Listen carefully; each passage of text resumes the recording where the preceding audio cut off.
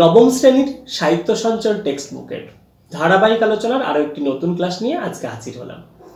আজকের ক্লাসে আমরা আলোচনা করতে চলেছি বঙ্কিমচন্দ্র চট্টোপাধ্যায় রচিত রাধারানী এই গল্পাংশটিকে নিয়ে। তোমরা জানো বঙ্কিমচন্দ্র চট্টোপাধ্যায়ের একটি বিখ্যাত উপন্যাস রাধারানী। এই উপন্যাসের একটা নির্বাচিত অংশ নবম শ্রেণীর সিলেবাসে পাঠ্য করা হয়েছে, নামকরণ করা হয়েছে রাধারানী। তাহলে এক কথায় এই গল্পাংশটি বা এই রচনাংশটি যেমন নবম শ্রেণীর পাঠ্যসূচির অন্তর্ভুক্ত, ঠিক তেমনভাবে যারা স্কুল সার্ভিস কমিশনের বাংলা বিষয়ের পরীক্ষা দেবে তাদের সিলেবাসেরও অন্তর্ভুক্ত। তাহলে উভয়ের ক্ষেত্রেই এই রচনাংশটি খুবই গুরুত্বপূর্ণ। আজকে এই রচনাংশটিকে যে তথ্য পেয়েছি বা গুরুত্বপূর্ণ তথ্যাবলী পেয়েছি তা নিয়েই মূলত আলোচনা করব। বেঙ্গলি গাইডেন্স ইউটিউব চ্যানেলের আরও একটি নতুন ক্লাসে তোমাদের সকলকে স্বাগত। চলো তাহলে কথা না বাড়িয়ে আমরা চলে যাই কম্পিউটার স্ক্রিনে। সেখানে দেখে নিই এই রচনাংশ থেকে পাওয়া গুরুত্বপূর্ণ তথ্যাবলীর বিস্তারিত আলোচনা।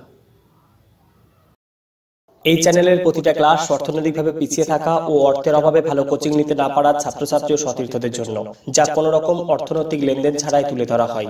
চ্যানেল কর্তৃপক্ষের অনুমতি ব্যতীত এই ক্লাসগুলির তথ্য ব্যবসায়িক ক্ষেত্রে ব্যবহৃত হলে চ্যানেল কর্তৃপক্ষ যথোপযুক্ত ব্যবস্থা গ্রহণ করবে। আজকে আমরা আলোচনা করব রাধারানী এই রচনাংশটিকে নিয়ে। তোমরা জানো রাধারানী রচনাংশের রচয়িতা হচ্ছে বঙ্কিমচন্দ্র চট্টোপাধ্যায়। আমি আলাদা করে লেখক পরিচিতি অংশ তোমাদের জন্য তুলে ধরলাম না। যাদের বঙ্কিমচন্দ্র চট্টোপাধ্যায় সম্পর্কে জানার প্রয়োজন আছে বা বিস্তারিত জানার প্রয়োজন, তারা অবশ্যই উপরের দিকে যে আই বাটনটি রয়েছে সেই আই বাটনে ক্লিক করে তোমরা দেখে নিতে পারো, অথবা ভিডিওর এন্ড স্ক্রিনে আমি বঙ্কিমচন্দ্র চট্টোপাধ্যায়ের উপন্যাস এবং বঙ্কিমচন্দ্র চট্টোপাধ্যায়ের প্রবন্ধ অর্থাৎ প্রাবন্ধিক বঙ্কিমচন্দ্র এবং ঔপন্যাসিক বঙ্কিমচন্দ্র সম্পর্কে যে দুটি ক্লাস দেওয়া হয়েছে তার লিঙ্ক আমি দিয়ে রাখবো। তোমরা চাইলে সেখান থেকে দেখে নিতে পারবে। দেখো, এই রাধারানী রচনার মূল উৎস হচ্ছে রাধারানী নামক উপন্যাস। মনে করা হয় রাধারানী উপন্যাসের প্রথম পরিচ্ছেদ থেকে এই আমাদের পাঠ্য রচনাংশটুকু নেওয়া হয়েছে। আমরা দেখব রাধারানী উপন্যাসের কেন্দ্রীয় চরিত্র হচ্ছে রাধারানী, যার বয়স 10 থেকে 11 বছর, মানে 10-11 বছর। আর অন্যান্য চরিত্রের মধ্যে রয়েছে রাধারানীর মা রুক্মিণী কুমার রায়, পদ্মলোচন সাহা প্রমুখ। আর উল্লিখিত স্থান হচ্ছে শ্রীরামপুর, মাস হচ্ছে শ্রাবণ মাস, এবং একটা মেলার উল্লেখ রয়েছে, সেটা হচ্ছে মাহেশের রথ। মনে করা হয় এই মাহেশের রথ হয় হুগলি জেলাতে, অর্থাৎ মাহেশ হুগলি জেলাতে অবস্থিত। এবার আমরা চলে যাচ্ছি এই রচনাংশের বিষয়বস্তুতে। তোমরা যারা টেক্সটটিকে বেশ কয়েকবার ভালো করে পড়েছো তাদের তো বিষয় সম্পর্কে জ্ঞান রয়েছে, যারা একদমই পড়োনি তাদের জন্য বিষয়বস্তুটা তুলে ধরা হলো। একটু দেখলে অন্তত বিষয়টিকে বুঝতে খুব সুবিধা হবে। রাধারানী 10-11 বছরের বালিকা, তার বাবা নেই, মা অসুস্থ। আগে তাদের অবস্থা ভালো ছিল, কিন্তু বাবা মারা যাওয়ার পর এক জ্ঞাতি মামলা মকদ্দমা করার ফলে তাদের সর্বস্ব গিয়ে তারা নিঃস্ব। মা খেটে খুটে সংসার চালাচ্ছিল, সে অসুস্থ হয়ে পড়ায় তার সামান্য পথ্যের পয়সাও তাদের নেই।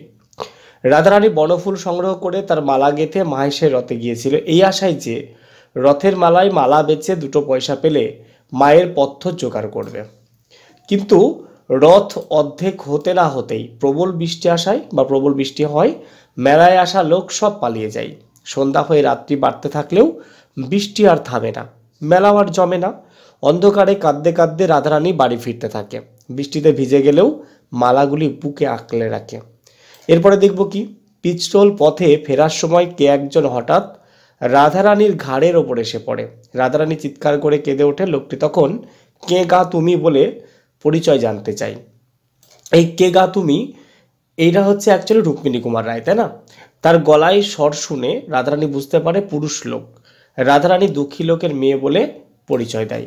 সে বলে আমি দুঃখী লোকের মেয়ে। এরপর আমরা কি দেখতে পাবো না, পথে যাওয়ার সময় লোকটি রাধারানীর বয়স, তার বনফুলের মালা সব বৃত্তান্ত জেনে নেয় এবং 4 পয়সার বিনিময়ে মালাগুলিকে কিনে নেয়। বাড়িতে হাজির হয়ে রাধারানী লোকটিকে ঘরে এসে দাঁড়াতে বলে। রাধারানী প্রদীপ জেলে পয়সা না টাকা যাচাই করে দেখবে। লোকটি রাধারানীকে আগে ভিজে কাপড় ছাড়ার পরামর্শ দেয়। রাধারানী বলে যে তার আর কাপড় নেই। আলো জেলে রাধারানী দেখে লোকটি টাকা দিয়েছে, পয়সা নয়। রাধারানী বাইরে এসে দেখে লোকটি চলে গিয়েছে। মা বলেন যে সে জেনেই তাদের টাকা দান করেছে। কিছুক্ষণের মধ্যেই কাপড় দোকানি পদ্মলোচন একজোড়া নতুন কুঞ্জতার শান্তিপুরে শাড়ি এনে রাধারানীর হাতে দেয়। বলে যে এক বাবু কাপড় কিনে রাধারানীর হাত দিয়ে আসার হুকুম করেছেন, সেই জন্য তার আশা। পদ্মলোচন লোকটিকে চেনে না, সে দোকানে ফিরে যায়। রাধারানী বাজারে গিয়ে টাকা ভাঙিয়ে মায়ের পথ্যের ব্যবস্থা করে। ঘরের ঝাড় দেওয়ার সময় একখানা নোট পায়, তাতে রুক্মিণী কুমার রায় নাম লেখা আছে। ইনি সেই পুরুষ লোক, নোটের দাতা। শ্রীরামপুর ও পার্শ্ববর্তী অঞ্চলে ওই লোকের খোঁজ পাওয়া যায় না। নোটটি না ভাঙিয়ে রাধারানীরা রেখে দেয়। দেখবে একটা লাইন খুব সুন্দর লেখা আছে যে তাহারা দরিদ্র কিন্তু লোভী নহে। এরপরে আমরা চলে যাব এই রচনার আলোচনাতে। দেখো, এই চরিত্রগুলো আলোচনা করলেই এই রচনাংশে আলোচনাটা সম্পূর্ণ হবে।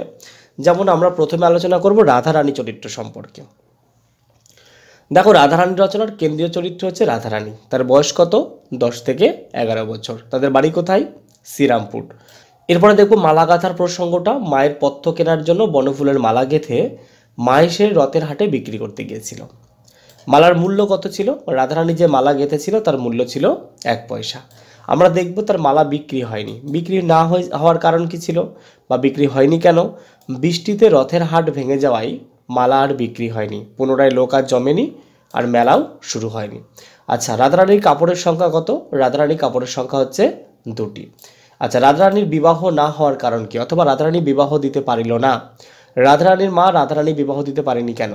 অভাবের কারণে রাধারানীর মা রাধারানী বিবাহ দিতে পারেনি। তোমরা জানো, এক জ্ঞাতির সঙ্গে মামলা মকদ্দমায় রাধারানীর সর্বস্ব নিঃস্ব হয়ে যায়, তাই তার মা বিবাহ দিতে পারেনি। আমরা চলে যাচ্ছি এবার পরবর্তী অংশে। পরবর্তী অংশে রয়েছে আগুন জ্বালানো এবং নোট কুড়িয়ে পাওয়া, এই দুটো প্রসঙ্গ। তেলের অভাবে চালের খড় পেরে চকমকি ঠুকে রাধারানী আগুন জ্বালে। এবার দেখা যায় নোট কুড়িয়ে পাওয়া, রাধারানী ঘর ঝাড়তের দিকে রুক্মিণী কুমার রায়ের রেখে যাওয়া নোটটি কুড়িয়ে পায়। এতে কিন্তু উভয়েরই নাম লেখা ছিল, তাই না? এরপরে দেখব রাধারানীর যে মায়ের চরিত্র সেই সম্পর্কে একটু আলোচনা। আচ্ছা, তাদের সম্পত্তি কতটুকু ছিল? ডিক্রিদার প্রায় 10 লক্ষ টাকার সম্পত্তি হাসিল করেছিল। অলংকার বিক্রি, কেন অলংকার বিক্রি করেছিল? প্রিভি কাউন্সিলে আপিল করার জন্য রাধারানী মা অলংকার বিক্রি করেন। তাহলে দেখো, অলংকার বিক্রির কারণ কি? প্রিভি কাউন্সিলে আপিল করার জন্য। এরপরে দেখবো আশ্রয়, সম্পত্তি হারিয়ে রাধারানী মা কুটিরে আশ্রয় নেন। এরপরে অসুস্থতা, রথের পূর্বে রাধারানীর মা ঘোরতর অসুস্থ হয়ে পড়েন। তারপরে দেখব নোটটি তুলে রাখা, রুক্মিণী কুমার রায়ের দেওয়া যে নোটটা সেটা তুলে রেখে দেয়। রাধারানীর মা রুক্মিণী কুমার রায়ের দেওয়া নোটটি না ভাঙিয়ে তুলে রাখে। কেন তুলে রাখে? কারণ তারা দরিদ্র কিন্তু লোভী নয়।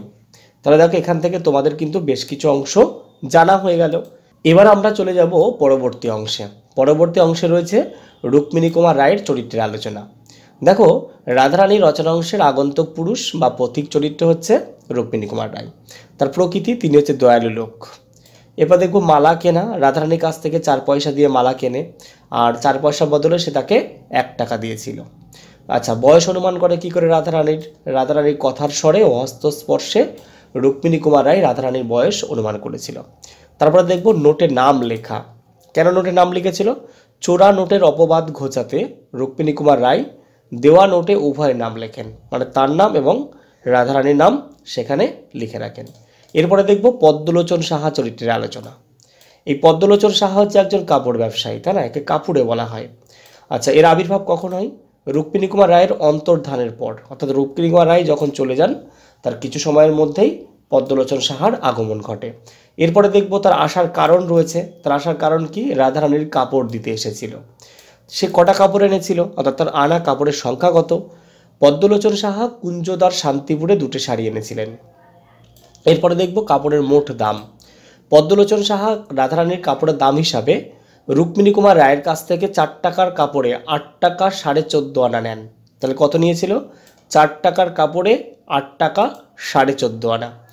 ইনি সুদিনে যখন কাপড় বিক্রি করতো, অর্থাৎ রাধারানীদের যখন সুদিন ছিল, ভালো অবস্থা ছিল, তখনও রাধারানীদের সুদিনে পদ্মলোচন সাহা তাদের কাছ থেকে 4 টাকার কাপড়ে 8 টাকা 12.5 আনা আরও 2 আনা বকশিস নিতেন, মানে 14.5 আনাই নিতেন। এরপরে দেখব কিছু অন্যান্য তথ্যাবলী। দেখো, এই রচনা থেকে অন্যান্য তথ্যাবলী বেশি তুলে ধরলাম না, ভিতরের অংশগুলো পড়লেই তোমাদের সম্পূর্ণ অংশটা পড়া হয়ে যাবে। যেমন ডিক্রিদার রাধারানীদের ভদ্রাসন থেকে তাড়িয়ে দেন। কথা হচ্ছে কোথা থেকে তাড়িয়ে দেন? উত্তর হবে ভদ্রাসন থেকে। রাধারানীর মা জ্ঞাতির সাথে হাইকোর্টে মামলা হেরেছিলেন। কোথায় হেরেছিলেন? হাইকোর্টে।